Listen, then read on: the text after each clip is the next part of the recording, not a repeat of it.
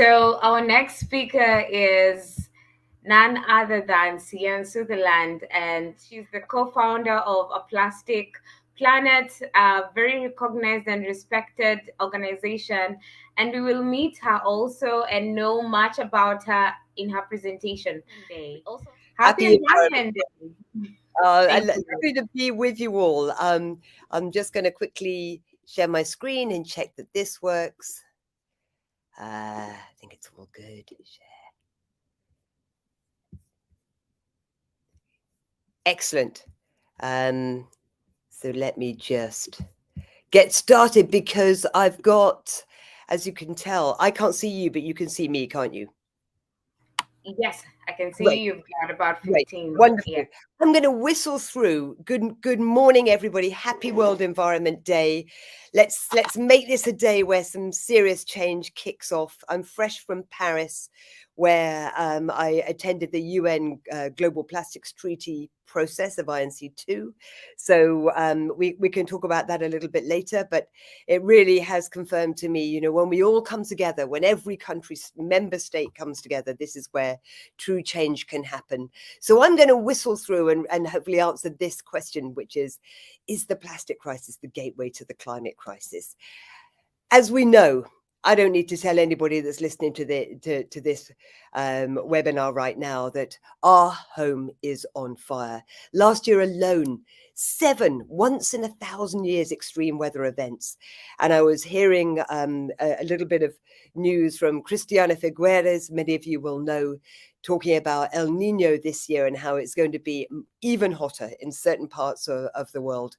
And the impact that this has obviously on so much of our supply chains, our food systems, that it has an extraordinary impact. And we always talk about this thing. I don't know about you, but there's always this feeling of, oh, we don't know what's happening in the future. It's so unpredictable. Trust me, the future has never been more predictable. We know that in our near and long-term future, we have these 3 things: more climate devastation. We know that we have fewer ecological resources. Already we're seeing the weaponization of food, the weaponization of security of water, and we hope that we will have less fossil fuel dependency. So what we need to consider now is not what about this uncertain future, but how can we afford as businesses, as individuals, as societies to not be ready for a very predictable future? So I get asked this question a lot. Well, you know, surely we should be talking about carbon, Sian. Why should we worry about plastic? We can deal with the plastic crisis further down the road, but right now it's about emissions and it's about, you know, the massive increase in global warming. But this is why I think that plastic is so important. It is seriously the gateway. The reason for the last 7, 8 years that I've been obsessed as an entrepreneur around the plastic crisis is I recognize that it is the gateway to change. Just as Emma was saying with corals, we see the plastic crisis as very much this canary in the coal mine, because of course the climate crisis and plastic, they are intrinsically connected. And when we talk about carbon, if you actually put the whole plastics industry, if you put that together as a country, it would actually be the 5th biggest emitter of greenhouse gases. And the other reason, if we even didn't consider pollution and the carbon footprint of the plastics industry, if you just look at what the invention of plastic enabled society to do, it really has driven a hyper-consumptive model that has been the massive driver of the climate crisis. The reason that we have these huge coal-fired factories, particularly in the global south, particularly in China, is to make more and more stuff for us to use once and throw away. So it really was the invention of that material that broke our centuries-old system of take, make, reuse, refill, repair, share, to take, make, throw away into some magical, mythical recycling bin that we know is simply not working as well. The other thing about plastic is that when we talk about true circularity and our drive for this circular economy, we need to recognize that plastic does not fit into a circular model. So we need to really rethink, what does circularity mean? So my first provocation to you all is, many of you will have seen this illustration before. And my question is, yes, of course, we need to move from the current linear economy. And we're currently talking, we're not in it, but we're talking about a recycling economy. And then we need to look at this new thing, which is not new, not invented in the last decade, called the circular economy. But the problem with this diagram is, of course, there is still a bin. So our current finite model, when we talk about circularity, is that we're taking resources from nature, we are making things with them, but what we fundamentally do every time as mankind is we chemically modify them. And leather is a great example. We take skin, which is an entirely natural material. It's designed by nature to go back to nature as a nutrient for the next stage of growth. But what do? We tan it, we add toxins, heavy metals, dyes. The whole tanning process is highly toxic, so that it goes back to nature as toxic waste, not as a nutrient. And when you look at nature's infinite circle of nutrient, which has always been circular, this is the path that we need to really try and emulate. Imagine if we could take resources from nature and we could simply borrow those nutrients. We could bake them, we could mold them, we could shape them into something new, useful for us. But we fundamentally keep the backbone of their chemical structure so that they are still nutrients and they can go back to something that is a nutrient for the next stage of growth. Because nature is binary. What we give back to nature is either a toxin or a poison, or nutrients, it's a food. There is no gray area in between. And we're so used to plastic that it's easy for us to think that it's on the periodic table. It's not like copper or sodium or aluminium even. It's not on the periodic table. It is a mixture of chemicals. And many of these chemicals are toxic. There are some 14,000 chemicals used in the making of plastic. And the reason that I was in Paris last week at the INC2 for the Global Plastics Treaty was to present the new Plastic Health Council, which is really spearheading and championing the deep research that many of these global scientists have been doing, where we already know the impact on human health. And the problem with recycling, even if it wasn't the fact that we have so little infrastructure globally because you downcycle plastic, is that we lose visibility of these chemicals. So the chemicals that we add to the plastic polymers, the fossil fuel polymers, to give it its extraordinary qualities of stretch, bendability, or rigidity, those chemicals do not disappear when we recycle plastic. In fact, they compound up, and we lose all traceability and all accountability for them. So already, as you could see very quickly from a couple of quotes from people like Antonio Guterres, who heads up the United Nations, the Environmental Protection Council there, that plastics are fossil fuels in another form. They pose a serious threat to human rights, to the climate, to biodiversity, and also to human health. So the key theme in the dialogues that are happening around the UN Global Plastics Treaty, number one, is the impact on human health. So another provocation for you, that maybe instead of thinking that the plastic crisis is a disaster, maybe we should think of it as a gift. It's that little tap on the shoulder, that little wake up from Mother Nature to say to us, hey, this is a fossil fuel defibrillator to awaken us all to rethink not just our materials to swap from one to another, but our entire production and our actual systems of how we live, because we're going to need to live in a very, very different way in the future. At the moment, we are literally taking resources borrowed from the future, and we are using them today, and we are calling it GDP. Earth Overshoot Day, at the moment, this year, it's going to be the 3rd of August. But if I look, here I am speaking from the UK, Earth Overshoot Day for the UK is in March. It is months ago. For the US, it's also in March. In the last 6 years, we have taken more natural resource than we have in the entire 20th century. So we need to use less material. And that's where system change actually come in. So for any business, my provocation to them is always, does your business, your brand, your project, whatever you're doing, does it push back Earth Overshoot Day? Because if it does, you will be a success story. And if it doesn't, you will be a future dinosaur. We absolutely have to stop thinking that the future just happens, that we're victims of the future. The future is created. It's created by us. And the reason as an entrepreneur that I'm so passionate about working with business, I believe business has the opportunity to be the real tool of change. We can't wait, unfortunately, for the UN, for governments globally to introduce the laws, the legislation to protect us all from our own wrongdoing. Business is the tool of change.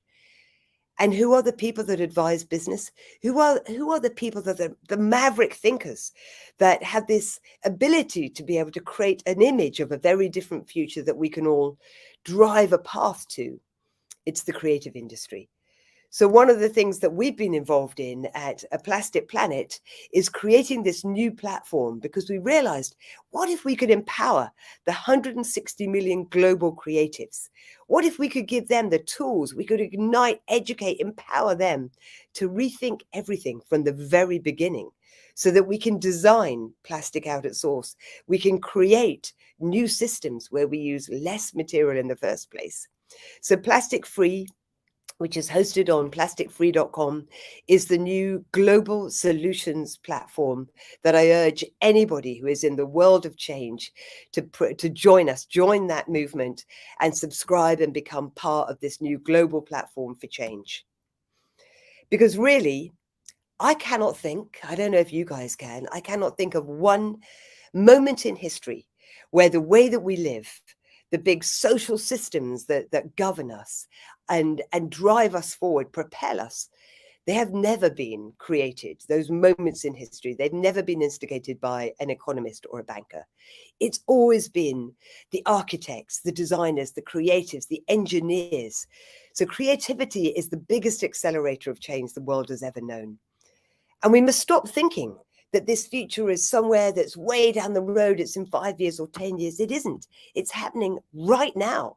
Change has never been so fast, and yet it will never be so slow again. It's accelerating at this extraordinary pace. But this image I wanted to show you is actually a real fire with some golfers playing golf in Oregon. And it was posted on their Facebook page, and the message was, our members love to finish their round. So my message to all of you, my question is, what are you doing? Are we all just playing golf in Oregon? Are we all just doggy paddling in the slipstream of the status quo? Because we need to move faster. We need to accelerate from theory, from all these think tanks, from all these reports. We need to move to action. So everybody on this call, everybody in this room, we had the opportunity to be the squeaky wheel within your business, the wrecking ball of change. So I urge you all on World Environment Day, if you're not part of this, where on earth are you?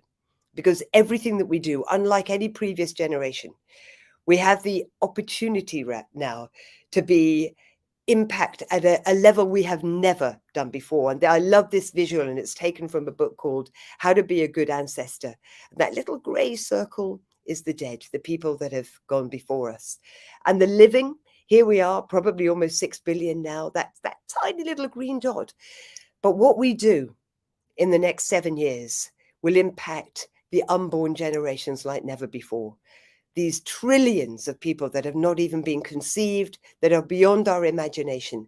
That's how important it is for us to really think hard now. How can we extend our circle of care, our circle of impact to the billions to be born ahead? So a radical rethink is needed. And my final question to you all is, what are you doing? How important is this to you? Is it forefront of your mind in everything that you're doing? Are you that squeaky wheel within the business that you're in? Are you in? Are you really in? Heart, mind, everything to be a real maverick of change. Thank you.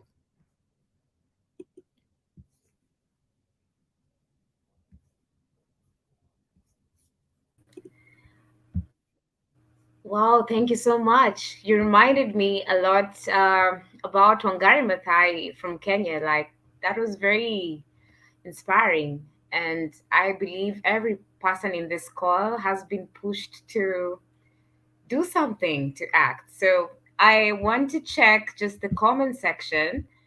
I'm seeing a lot of people are saying this is an amazing one, but there's a question. how do you approach building brands and campaigns that effectively engage and inspire individuals to make sustainable choices and reduce their plastic consumption? Um, I think maybe the approach is the question. So you could respond to that. Thank you. I think the wonderful thing, the terrible thing, and the wonderful thing about plastic is it's so visible to us. There's no plastic deniers out there. It's so recent. And if we change it, we will directly and indirectly change so much that impacts the climate crisis. So I find that when we talk to big businesses like Unilever and Kraft Heinz, that plastic is a great gateway for the people within that organization. So carbon, I don't know. I can't see it. I can't feel it. I can't touch it. Plastic. I know that my brand, my business is built on fossil fuel plastic, be it a fashion business or a product business. So it's a great one to really start the process within a company, because if we can change the system, let's imagine that we are talking to a big brand about the fact they're using plastic bottles. Then the system is not necessarily, do you move to a metal bottle or a glass bottle or a paper bottle? Instead, why is there a bottle at all? Does it need to have a bottle? Could it be a reusable bottle? Could it be part of a mass movement where we standardize packaging componentry across brands and businesses? And these things are really happening, and they're happening at speed now. We're part of a big reusable packaging coalition that is coming together, competitive brands, competitive retailers. These are this is where we need to see the change. So it isn't as simple as let's just swap it out, but carry on with the old system. See plastic as a catalyst for massive change within business. That's what we need. I'm looking at all Thank these you. amazing Thank you so questions. much. Thank you What so much. I'm seeing a lot of comments. Just thank you so much. So I'm seeing time is up for you, but I know you're sticking around. So maybe we'll engage after the session. But I'm not seeing any other question in the comment. Just very many comments saying thank you, remarkable, amazing presentation.